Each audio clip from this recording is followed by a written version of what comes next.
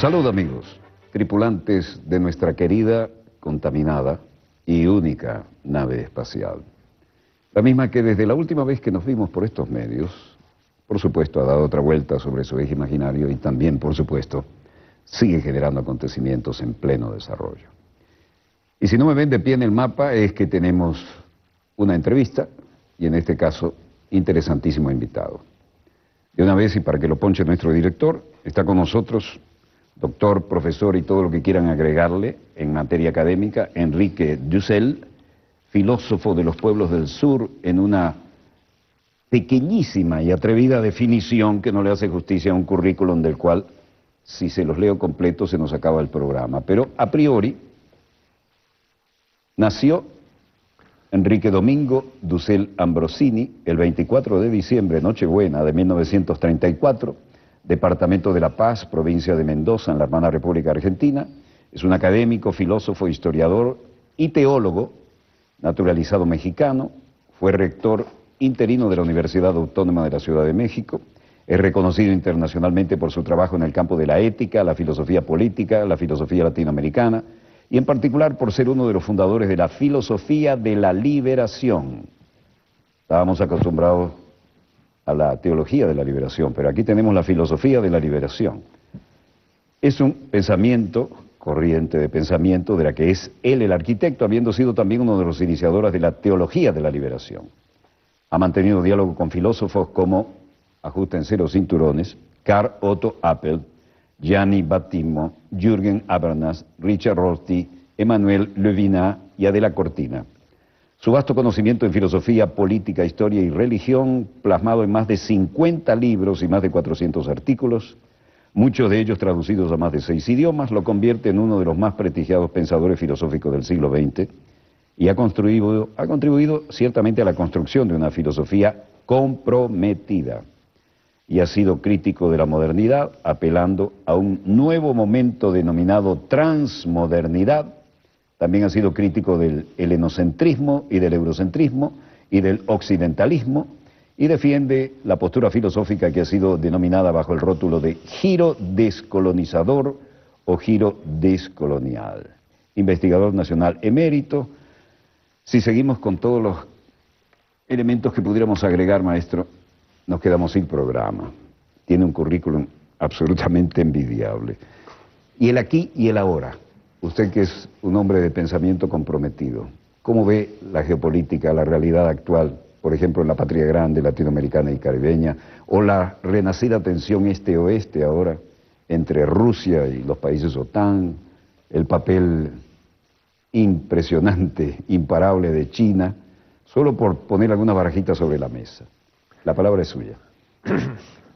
Sí, me podría situar en lo que es su especialidad justamente y que tanto me encanta este programa.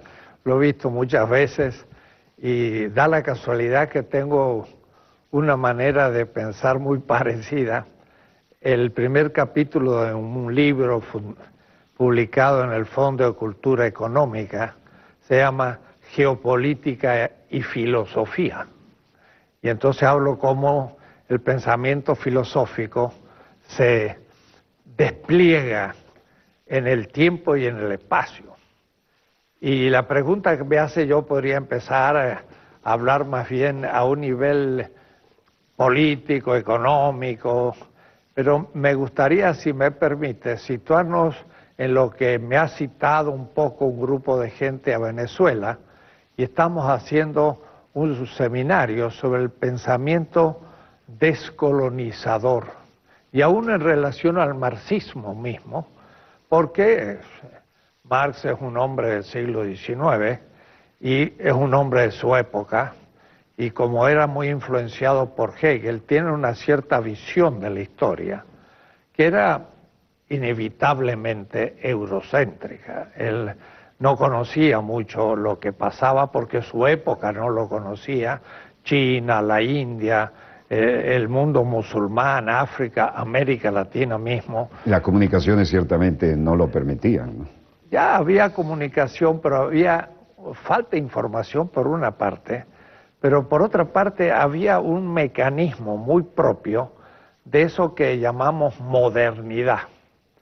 Y para que valga la metáfora, es como si en la computadora yo leo un archivo de la computadora, lo aprendo, hago un resumen y después lo desconecto.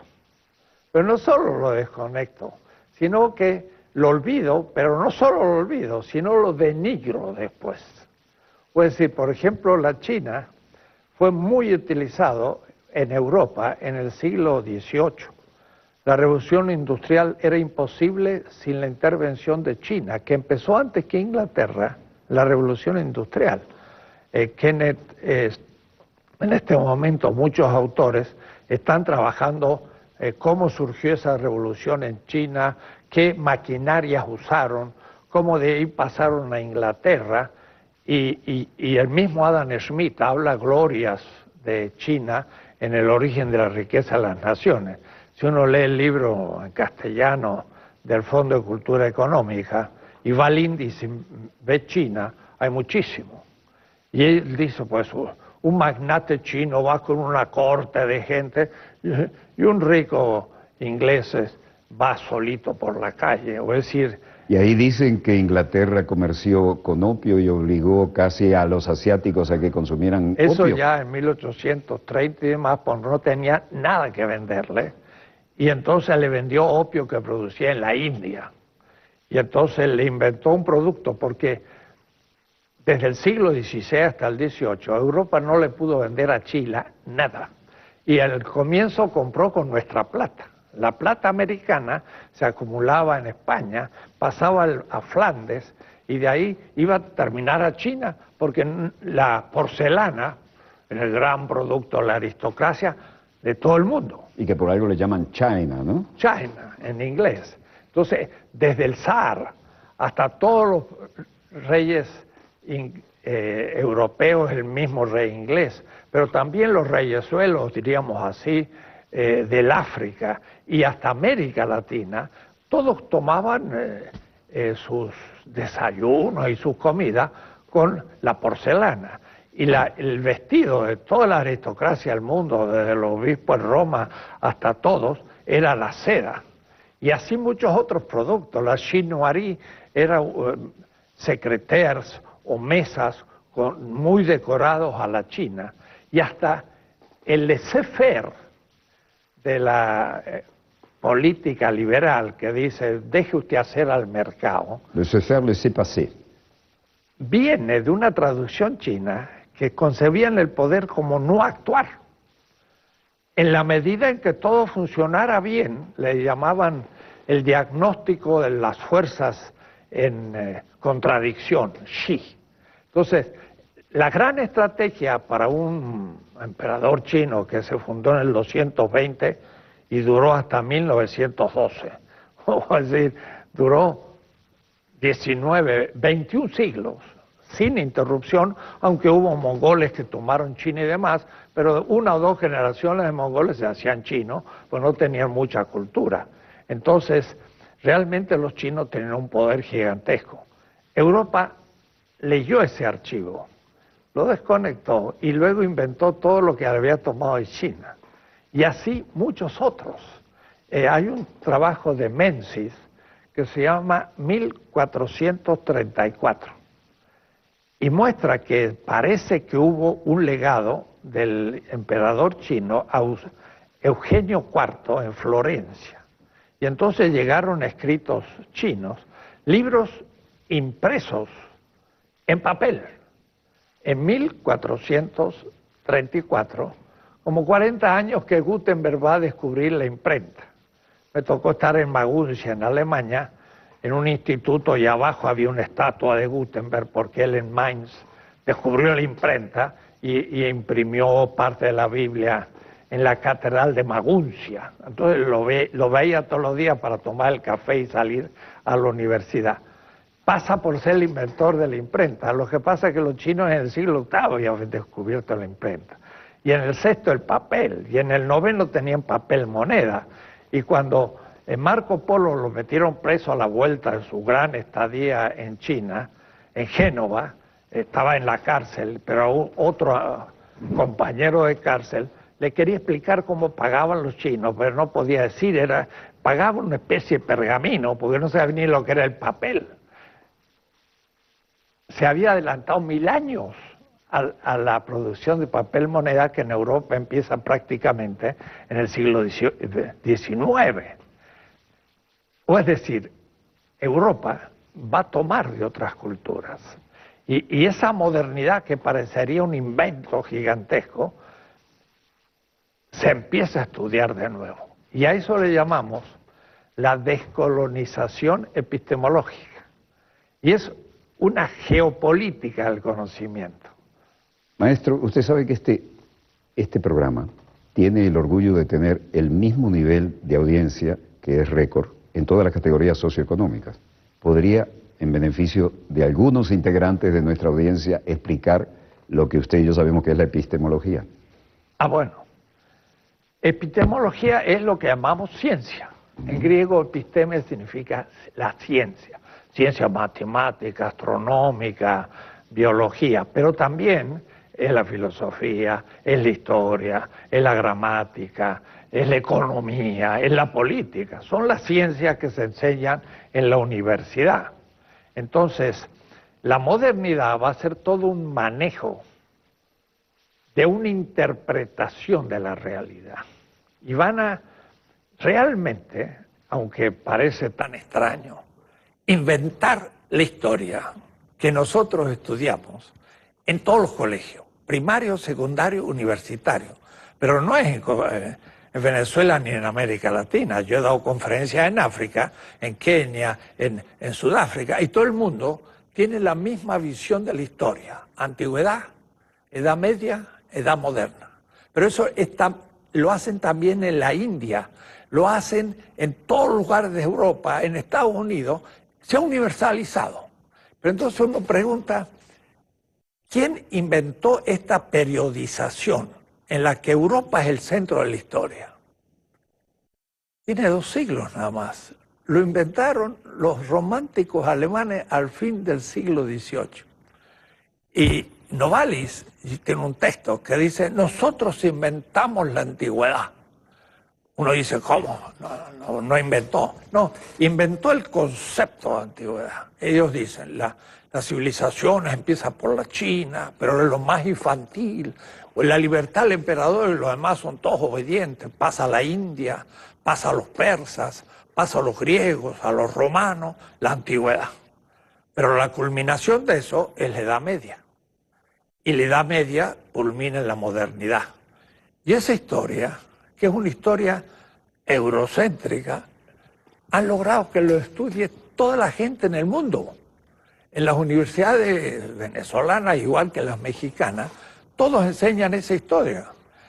Y están formados en eso. Y qué decir que, por ejemplo, la filosofía es la máxima responsable de ese eurocentrismo, porque dice, la filosofía empieza en Grecia, y de ahí pasó romanos y llega, ¿no?, al siglo XIII en Francia, y luego Descartes, el primer filósofo moderno, y seguimos. Es una invención, porque Herodoto, Platón, Aristóteles dicen, nuestra filosofía viene de Egipto.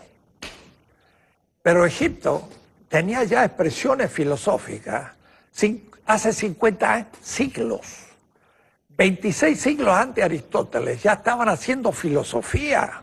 Y por eso que los mismos atenienses decían, nuestra filosofía es muy antigua porque viene de Egipto. Atenas era una colonia de Sais, que era una ciudad egipcia. Y Palas Atenea, que era la diosa de Atenas, es la diosa de Sais, que era una ciudad egipcia, debo decir, de cultura negra. Es decir, los grandes faraones, Tutankamón y demás, eran negros, venían del sur del África.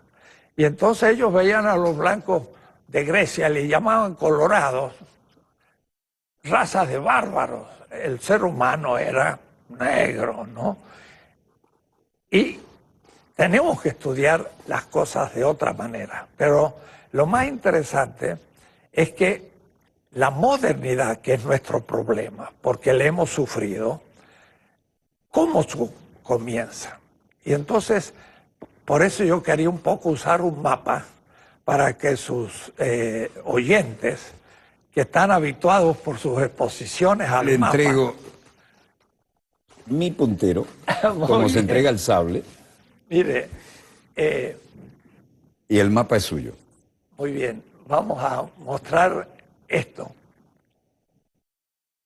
Europa latino-germánica estaba dividida en Yugoslavia, porque esta era parte del Imperio Bizantino y esto el Imperio Latino. Quiere decir que cortaba aquí un poco en Polonia y los países bálticos. Esto era Europa.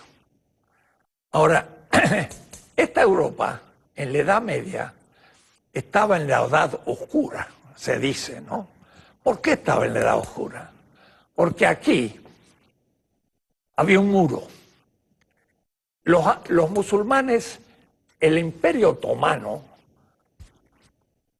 sitiaba Viena hasta el 1688. Y en el sur, Granada había sido hasta 1492 parte de ellos. O es decir, Europa estaba cortado del sistema que comprendía el Magreb, que es la actual Marruecos. Pero Marruecos y España es el gran califato de Córdoba en la Edad Media. Y después viene el reino de Fatimita en Egipto, y aquí en el centro, sobre el Éufrates, estaba Bagdad. Y sigue estando. Y sigue estando, pero mire el problema. La historia del siglo XXI-XXII no va a poder dejar de decir que los bárbaros del siglo XXI destruyeron a Bagdad. Debo decirle, lo mejor que yo pude ver por allí, tuve que cruzar en la época de la Guerra Fría el Charlie Checkpoint de Berlín, cuando estaba dividido, para ir a verlo en Berlín Oriental. Pero eso fue los alemanes que se llevaron todo lo que pudieron antes de que los dividieran, ¿no? Claro, pero de todas maneras, miren, los árabes venían de esta región, ocupaban todo esto, Turquía. Constantinopla la habían tomado en 1453, estaba en Estambul. El Imperio Otomano ocupaba Bulgaria, Rumania y estaba completamente en esta zona. Y luego esto era el califato de Bagdad, y Afganistán era un reino también. Los mogoles estaban en la India, y después estaban los sultanatos de Sudáfrica, el sudeste asiático, y llegaban hasta la isla de Mindanao, en Filipinas, que eran musulmanes. De tal manera que Colón, cuando pensó que iba a ir al Asia, porque él no conocía que había el Atlántico ni nada, se llevó un traductor del árabe y del hebreo, porque pensó que iba a encontrar musulmanes, no estaban tan mal informados. Ahora mira lo que era el mundo musulmán, era todo esto, y Europa era esto. 70 millones de habitantes aislados. Y en cambio la China tenía ella sola ya 150 millones. Y la India también tenía 150. Y el mercado mundial desde el año 400 hasta el 1800 estaba en esta zona. Y en toda Europa estaba completamente separada. Quiso por las cruzadas ir al centro del sistema para poder conectarse con las caravanas, pero los árabes eran muy fuertes, lo rechazaron. Entonces, ¿qué le quedaba a Europa? Salir por acá. Y salió por el Atlántico. Y entonces, la propuesta de... Porque los portugueses se fueron a la África y lentamente llegaron por ahí, pero en el fondo tenían la visión de Eurasia. Pero Colón le cayó en manos unos mapas venecianos que Valdez Müller después va a dibujar cartográficamente en 1506, donde había un error, porque América al sur estaba dibujada al sur de la China. Era la cuarta península arábiga, pero hay dibujos de 1487. Entonces, había una península acá que le llamaban la península del dragón, porque esto tenía la forma como un dragón. y los chinos lo conocían. La segunda península era el sudeste asiático, la India y la Arabia Saudita. Entonces, Colón convence al fin a los reyes católicos que en enero conquistaron Granada y en marzo, ya liberados un poco de luchar contra los musulmanes, le dan el permiso para ir a unas islas perdidas del mar Océano, pero no perdían nada porque le dieron 3 carabelas de segunda categoría. Total, si este se moría en el océano, no habían perdido. Lo cierto es que él llega acá y en un casi récord llega a las Bahamas. Pero lo más interesante que Colón escribe en el diario a bordo: estoy cerca de las tierras del Gran Khan. Y el Gran Khan eran todos los reinos de la Siberia.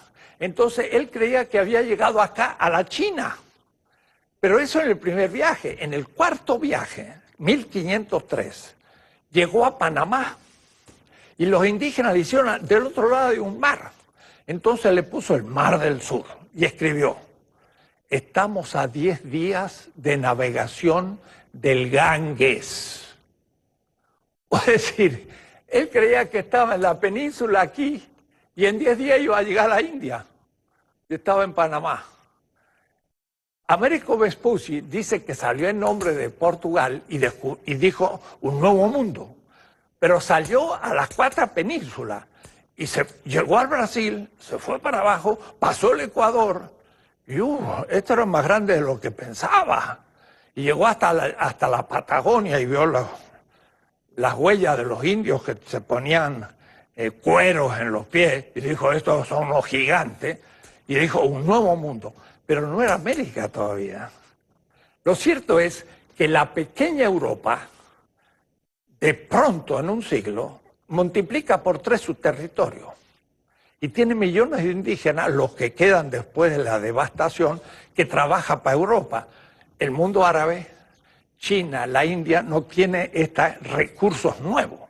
Y después, en 1546, descubren grandes minas de plata. La más grande de todo en Potosí, en Bolivia. 20.000 toneladas de plata en el siglo XVI. Esto devalúa la plata en todo el mundo. Entonces, cuando yo voy a los árabes, les digo: ustedes, el siglo XVI, ¿qué les pasó? No saben lo que les pasó. ¿Qué pasó? ¿Por qué desapareció el mundo árabe? Digo: mire, simplemente, los árabes eran el centro del mundo antes.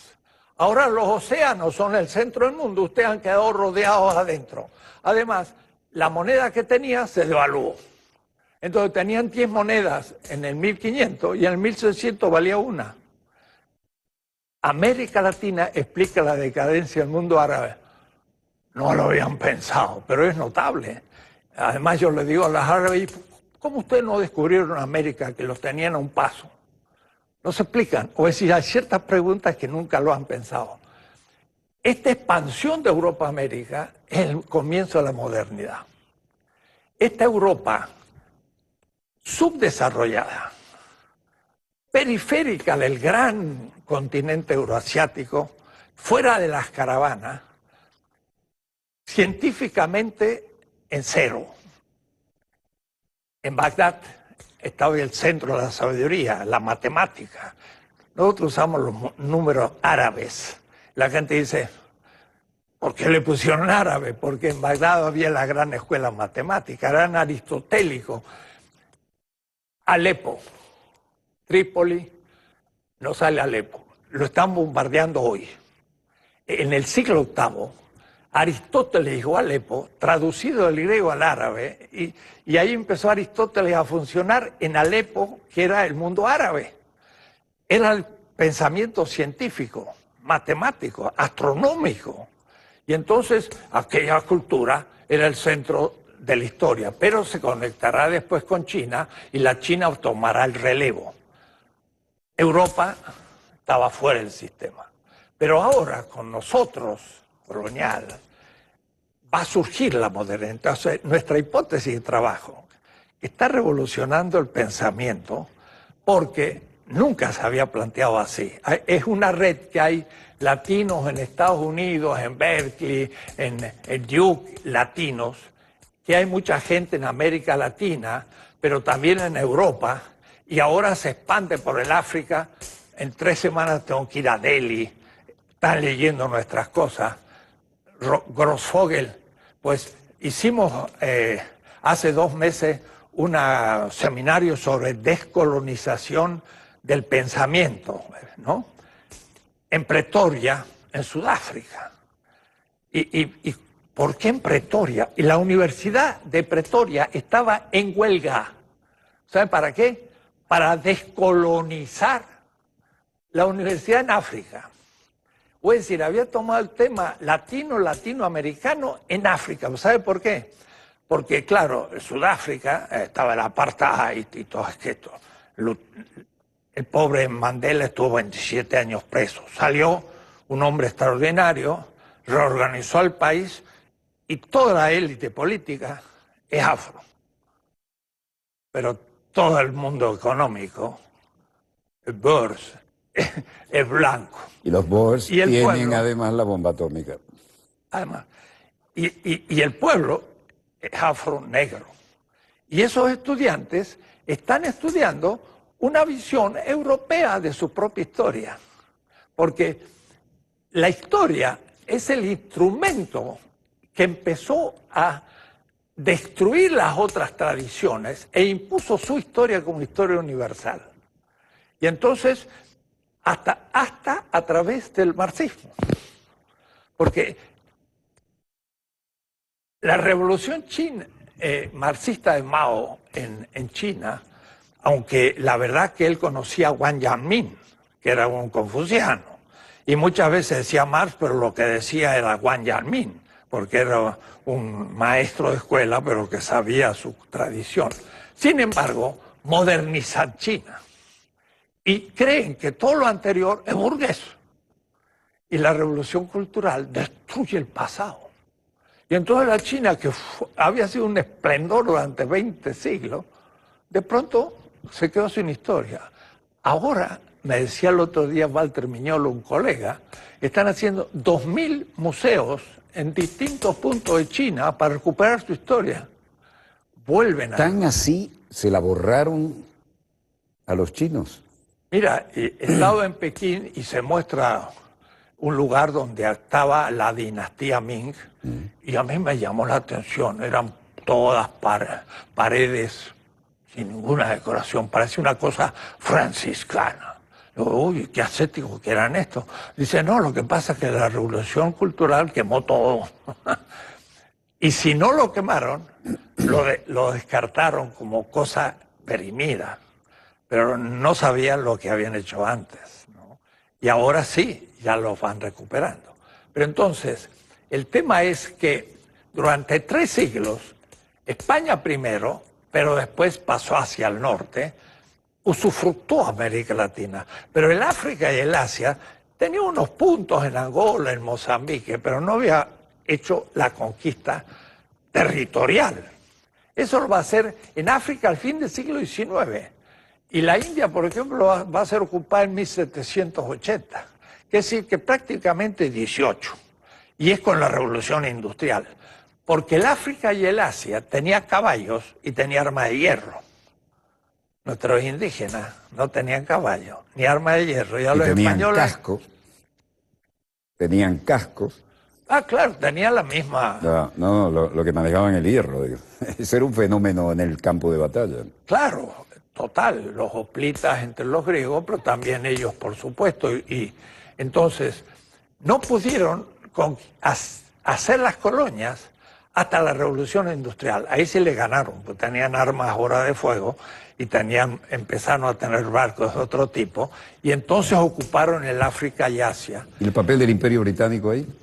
Fundamental, porque hay aquí lo que llamamos nosotros la diferencia imperial. Va a pasar de Portugal y España a Flandes, porque los holandeses van a tomar parte del Brasil, van a tomar las colonias de Angola, van a llegar hasta Japón. Entonces, los holandeses... Y alguna islita en el Caribe también. Bueno, tenemos Curazao, 3 de enfrente. Curazao y demás. Bonaire, Aruba, Curazao. Claro, y ahí es interesante. Ahí, por ejemplo, en Curazao hay un Wall Street y había judíos, pero eran los judíos expulsados por los reyes católicos de España que se fueron a Portugal, se fueron a Flandes y están en Curazao. Y esos mismos se fueron a Nueva, diríamos, Holanda y fundaron Nueva Ámsterdam.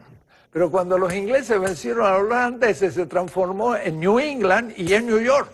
Entonces los judíos de New York, que era Nueva Ámsterdam, vienen de España, eran sefarditas y son más antiguos que los anglos. Ahora, claro, los judíos también es un clan comercial que tiene 25 más 30 siglos, que empieza desde el exilio de Babilonia y se va extendiendo, ¿no? Es toda una cultura que no sé por qué no se subraya suficiente en los textos modernos. ¿Qué pasó ahí? ¿Cuál es su opinión? ¿Cuál? La de la influencia del pueblo judío en todo esto y sus intereses.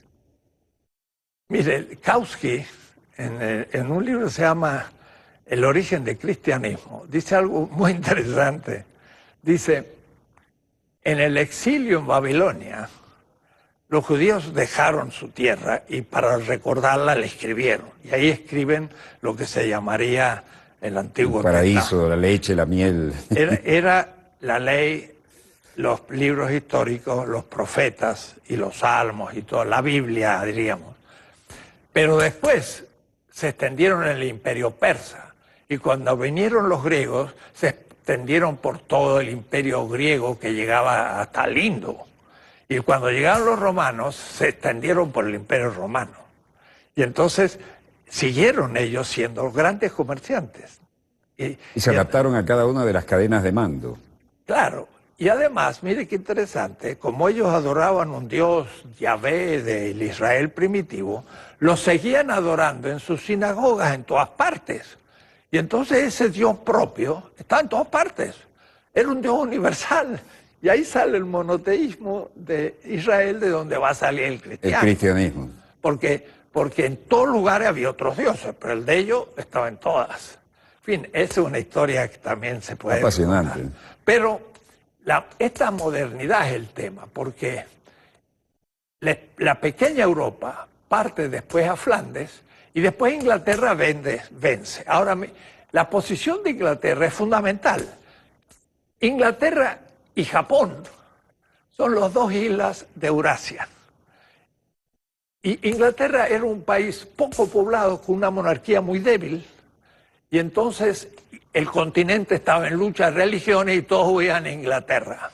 Y ahí nadie atacaba porque era una isla perdida, pero en el nuevo centro geopolítico moderno, que es el Atlántico Norte, que descubrió Colón, pero este era el Atlántico tropical. Y el de Brasil es de Portugal a Brasil, porque las corrientes van así, entonces no podían andar por aquí, tenían que ir a Brasil y de ahí recién iban a África y llegaban a Goa y llegaban hasta el Japón los portugueses. Entonces la modernidad fue una expansión lenta de Europa que con la revolución industrial se impone a todo el mundo.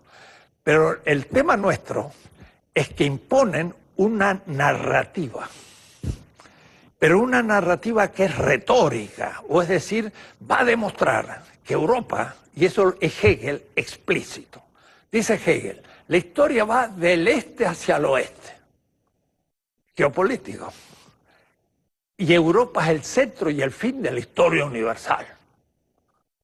Y entonces la antigüedad es el fundamento, la Edad Media es una edad difícil, y luego es la modernidad donde el espíritu germano eclosiona como espíritu universal. Y todavía en la Ilustración dicen, el sur de Europa era, porque no hace la revolución industrial. Grecia, Italia, España, Portugal, se quedan en el Mediterráneo. El norte de Europa va a ser ahora industrial. Y ahí Inglaterra va a ser el centro porque es una isla. Entonces son puros puertos. Y es una isla donde los Scottish, los presbiteranos, Glasgow, Estocolmo no, no importa.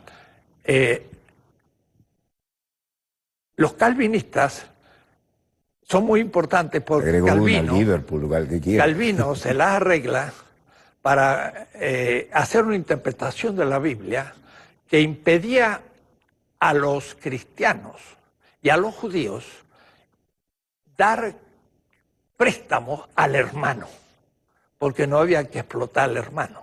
Pero entonces en la Edad Media, por ejemplo, un cristiano no podía prestar a un hermano, pero un judío no era hermano. Entonces le asignaban la función de que él prestara.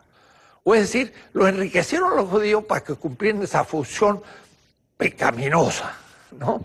Pero Calvino se las arregló para cambiar ese texto del Deuteronomio y dijo, no, se puede prestar 5%.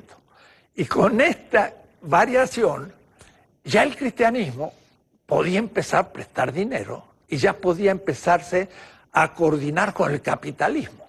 Pero no es extraño que Adam Smith es un calvinista y es el que escribe el primer libro de economía clásica. Y entonces es un cristianismo que se adecua al capitalismo, o más, es un cristianismo que inventa la teoría capitalista como Adam Smith. Pero eso se cumple en Inglaterra. Inglaterra, desde Cromwell, logra hacer una revolución porque el Estado inglés era muy débil. Entonces la burguesía tomó el poder siendo minoría. El mundo era feudal. Pero desde el Estado impusieron el capitalismo en Inglaterra, se desarrolló, y eso duró hasta la Segunda Guerra Mundial, que va a venir Estados Unidos, que va a ser el nueva etapa. Pero entonces esta modernidad es para nosotros el problema, que tiene un discurso histórico, científico y demás, que tapa a todos. En la historia hegeliana, América Latina no entra, estamos fuera de la historia, porque el sur de Europa queda descalificado, y qué decir las colonias del sur de Europa, peor todavía, somos colonia de algo que desapareció de la historia. Entonces decir que España era un país moderno en el siglo XVI, el más importante de Europa, nadie lo cree. Pero fueron los españoles con la plata de Potosí y de Zacatecas que pagaron una gran escuadra, y aquí, ahí en Sicilia, cerca de Catania, vencieron a los turcos en Lepanto. Y yo estaba ahí, había unas cosas, decía 1571, Lepanto. Yo digo, hacha, descubrieron en Potosí 1546. 25 años después pudieron hacer una escuadra, ya tenían plata y liquidaron a los turcos en el Mediterráneo. Entonces, la modernidad es nuestro problema, porque hoy en Venezuela, en México, en Argentina, en América Latina, toda la élite blanca es eurocéntrica. Y esa visión de la historia, esa visión de la filosofía, de la ciencia, es la propia. Y creen que es de ellos y nuestra. Entonces nuestros estudiantes quieren ir a Europa o a Estados Unidos para sacar doctorados, vuelven, ganan concursos y cada uno compite a ver quién es más eurocéntrico que el otro y no conocen nada de América Latina. Ese es un temazo, perdóneme la expresión. Quisiera que usted, con su autoridad académica, abundara en ese tema. Ese desarraigo intelectual, esa orientación que va negando las propias raíces. Es tremendo, porque en nuestra universidad, y por eso en Venezuela, gran parte de la gente que no entiende lo que puede significar una liberación de un pueblo, que es despreciado por un cierto racismo blanco, por un cierto machismo también, que es también colonial, pero sobre todo es intelectual, porque nosotros hoy damos becas para ir a Europa, estudian allá, sacan un doctorado, vuelven y hacen un concurso, ganan el concurso y van a enseñar lo que aprendieron, van a enseñar lo que dice Kant. Pero Kant vivió en Königsberg, aquí se llama Kaliningrado, que era parte de Lituania y ahora es Rusia. Pues si vivía en el Báltico, para entender el mundo de Kant, hay que reconstruir muchas cosas, porque hay que ir al siglo XVIII del Báltico. De paso, mire, el próximo año, 2017, va a ser 500 aniversario de la Reforma Luterana. Y Lutero puso las 95 tesis en Wittenberg. Y yo di una conferencia como a 50 teólogos alemanes, norteamericanos de Yale y brasileños, donde hay muchos luteranos, y les hice una historia. Y entonces les dije, miren, si no se hubiese descubierto el Atlántico y América, Lutero hubiese sido un heresiarca de segundo en Europa sin significación. Me miraron. Digo, el norte de Europa no se podía separar de Roma, porque después de aquí estaba la nada, estaban los osos polares. Entonces, o se comunicaban con Roma o quedaban fuera del mundo. Entonces, todo el comercio iba a Italia, que era como la penetración en el Mediterráneo, Amalfi, Génova, Venecia, y estos iban hasta Antioquía, y de ahí salían las caravanas por la ruta de la seda hasta llegar a China. Entonces, el Mediterráneo era el centro de Europa, el sur, y había una iglesia muy poderosa. Mira lo que voy a decir ahora. Cuando se descubre el Atlántico, el Báltico se conecta al centro geopolítico. Europa dice no necesito Europa y se hace luterana. Pero entonces, mire, surge algo que nadie lo piensa. Surge la Iglesia Católica. La Iglesia Católica no es la medieval, es una iglesia moderna, se funda en Trento. Se funda en el Concilio de Trento. Trento, 1560. Y la funda... ¿Con qué argumento puede desarrollar usted esa idea que es muy interesante? Porque de Trento para acá. Claro, porque Roma estaba en el centro del Mediterráneo, que era el centro de Europa, porque estaba en el sur. Era el Mare Nostrum. Una vez que se descubre el Atlántico, es la muerte del Mediterráneo. Entonces, un gran historiador, Brodel, de la Escuela de los Anales, escribió Felipe II y el Mediterráneo y mucho. Pero un alumno de él, que fue mi profesor en la Sorbona, se llama Pierre Chonu, escribió 7 tomos, Sevilla y el Atlántico. Y entonces yo me di cuenta que ahí había algo. La modernidad es la muerte del Mediterráneo y el nacimiento del Atlántico. Y mire, ahora Inglaterra queda bien situada, antes era Roma. ¡Pua! Un cambio total. Y el norte de Europa se hace industrial y se hace luterano, etc. No deja de ser cristiandades. Puedo decir que es una inversión del cristianismo. Porque el cristianismo que nace en el Medio Oriente es crítico al imperio. Y el fundador del cristianismo lo pusieron en la silla eléctrica, que era la cruz. No era un signo religioso, ahí estaba Espartaco. Pero era después un signo denigrante en ese momento, además. Total. Después de 3 siglos, esos cristianos estaban presentes, sobre todo en Turquía y en otras partes. Y Constantino, cuando se dividió en 4 partes el imperio que estaba en las Galias, venció al otro y después a Licino, y se hizo emperador y se dio cuenta que los cristianos eran muy numerosos y les dio libertad, y después se apoyaron en los cristianos. Y dejaron Roma e hicieron la capital del imperio en Constantinopla. Y entonces el peso se vino acá. Pero ahora los cristianos... Y Estambul, Constantinopla, claro, esa dualidad. Cuando los otomanos tomen Estambul, se va a hacer un imperio. Y eso es lo que va a sitiar Europa. Pero lo interesante es que los cristianos que habían perseguido al imperio, porque tenía esclavos y todo, ahora lo justificaban. Sobre todo en América. Es cuando andando el Pero tiempo. eso, la primera inversión fue la cristiandad del Mediterráneo. Roma se hace cristiana.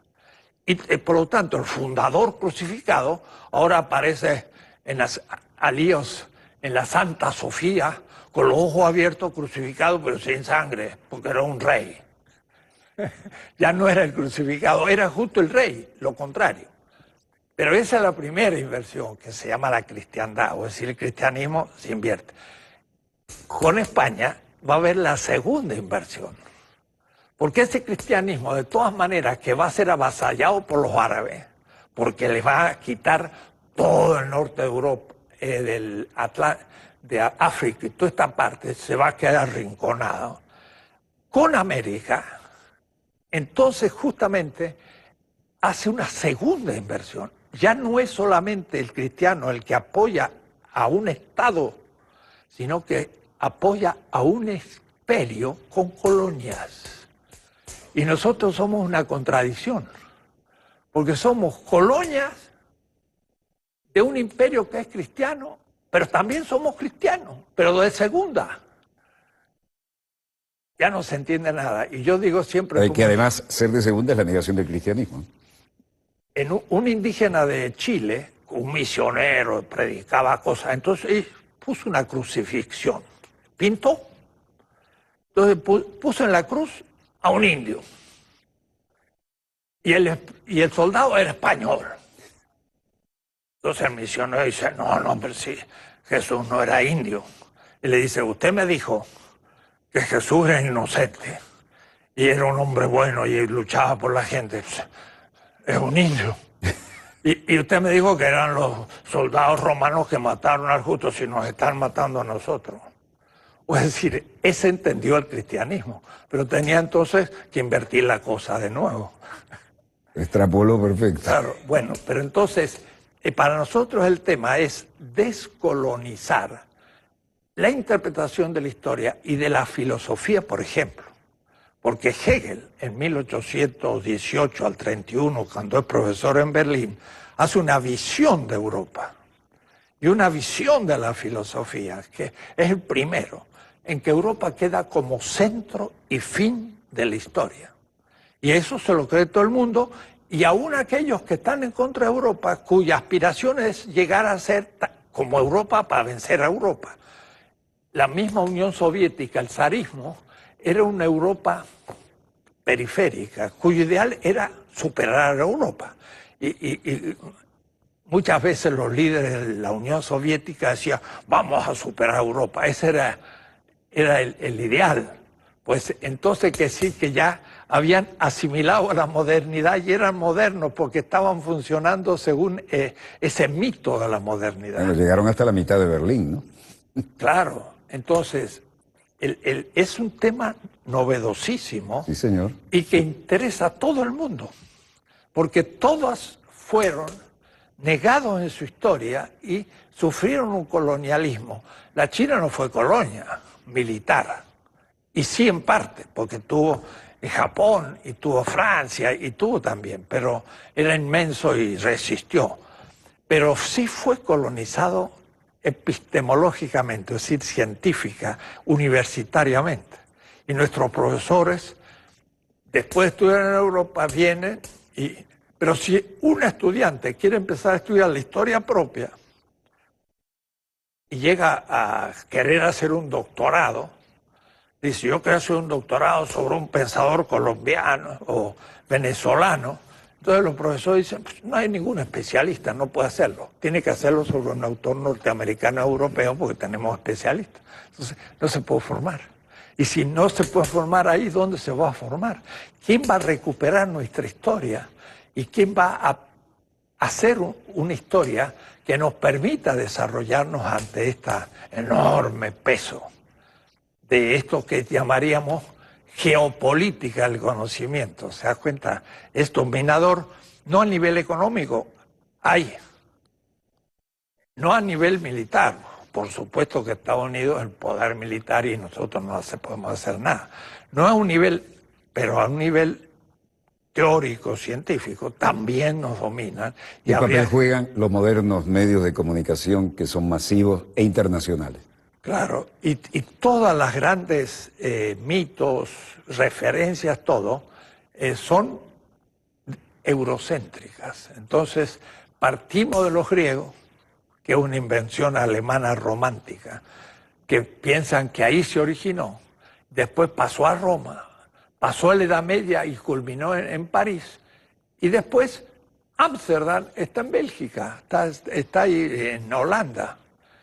Y Descartes es un filósofo, el primero, pero escribió el discurso del método en 1636, un siglo y medio después del descubrimiento de América. Entonces, los grandes problemas filosóficos no fue ese, era cuando llegaron a América se dijeron, estos indios son seres humanos. Es un tema filosófico fundamental, porque ¿son hombres o no son hombres? Dijeron, sí son, pero sus costumbres los han vuelto bestiales. Entonces son como niños. Y entonces el mismo Kant va a definir la ilustración. Va a decir, la ilustración es una salida de un estado de inmadurez. Era como el indio. Pero el mismo inmaduro no quiere civilizarse, se opone. ¿Y qué significa civilizarse? Entonces dice Hegel, los ingleses se transformaron en los misioneros, una palabrita religiosa, de la civilización en el mundo. Y entonces, ahí estamos. Entonces, el problema es que ahora estamos Esos misioneros llevaron la droga china. Todavía me acuerdo, a veces me acuerdo de citar eso porque lo tengo grabado acá, ¿no? Primera vez que estoy en Hong Kong. Si le parece, voy al parque de los... Adelante, porque estamos terminando, ¿no? Voy al parque de los ingleses, que todavía se llama así, y a la entrada, gran letrero metálico que dice prohibido entrar con perros y con chinos. Y yo le digo, pero ¿cómo ustedes son capaces de aguantar esto? ¿Por qué no han sacado ese letrero? Dice, porque los queremos ahí para no olvidar lo que nos hicieron. Prohibido entrar con perros y con chinos. El parque de los ingleses en Hong Kong. Insólito. Y está ahí todavía. Sí, esto es una tarea muy difícil porque hay que recuperar archivos olvidados y entonces el pensamiento postmoderno, así llamado, fue una crítica de Europa a sí misma, pero todavía eurocéntrica. Y nosotros queremos hablar más bien de algo que va a ir más allá de la modernidad y una crítica de esa modernidad. Los jóvenes cuando descubren esto se entusiasman porque se dan cuenta que es una novedad y es cosas nuevas, hay que ponerse a estudiar y no estamos repitiendo, estamos inventando. Yo no quise ni siquiera... me mordí la lengua unas cuantas veces y le cedí todo el tiempo porque esto es una clase magistral, obviamente, y no es un lugar común. Y yo tengo la esperanza de que esto haya generado las necesarias inquietudes, no solo en los jóvenes, que sí nos ven y en gran proporción. Felizmente nos ven todas las categorías socioeconómicas y etarias, ¿no? Sino en aquellos que siguen el dogmatismo y tienen el cordón umbilical y la neurona en esos centros de poder, ¿no? ¿Qué debemos hacer? Nos quedan 3 minutos. ¿Cuál es su receta? Hay que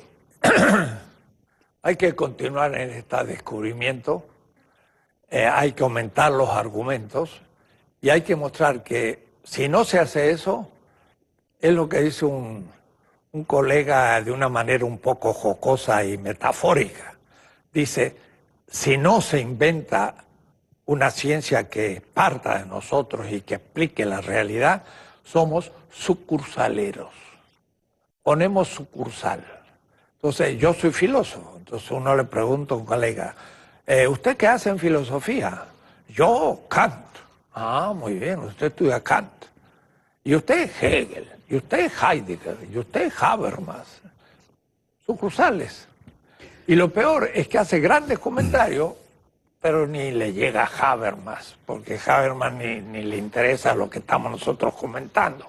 Pero si nosotros le hacemos una crítica a Habermas, mostrando su eurocentrismo y cómo lo que dice vale para Alemania y Estados Unidos y nada más, y lo que él dice en Kenia ni puede ir porque ni le entienden, entonces ya el Habermas dice, ¿qué pasó?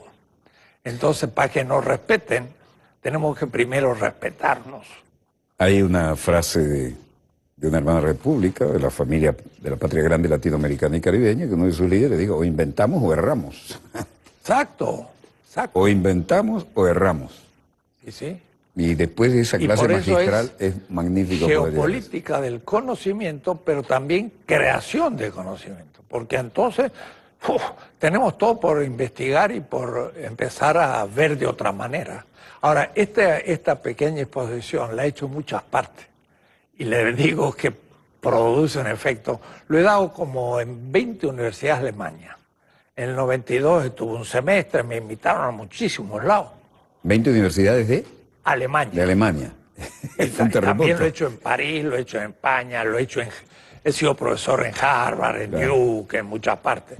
Pero a los profesores, no a los alumnos, se quedan calladitos. Como diciendo... Nos cambiaron el libreto, todo lo que estudié para tener la cátedra y ahora me cambiaron... Pero por eso no lo aceptan, porque como su poder se basa en ese conocimiento, si lo ponen en cuestión, como son autoritarios, no lo quieren aflojar. Si fueran investigadores, estarían felices que encuentran una nueva posibilidad de investigar lo nuevo. Pero muchos son burócratas. No se oxigenan. Y la mayoría. Maestro Enrique Dussel, una clase inolvidable. Quiero decirle que me siento muy orgulloso de haberlo tenido en Dossier y no es un lugar común. Cada vez que usted venga por acá, tiene el grato compromiso ineludible de venir a darnos otra clase magistral. Muchas gracias. A usted. Donde quiera que se encuentren de ese lado del receptor, muchas gracias por habernos permitido estar aquí con ustedes.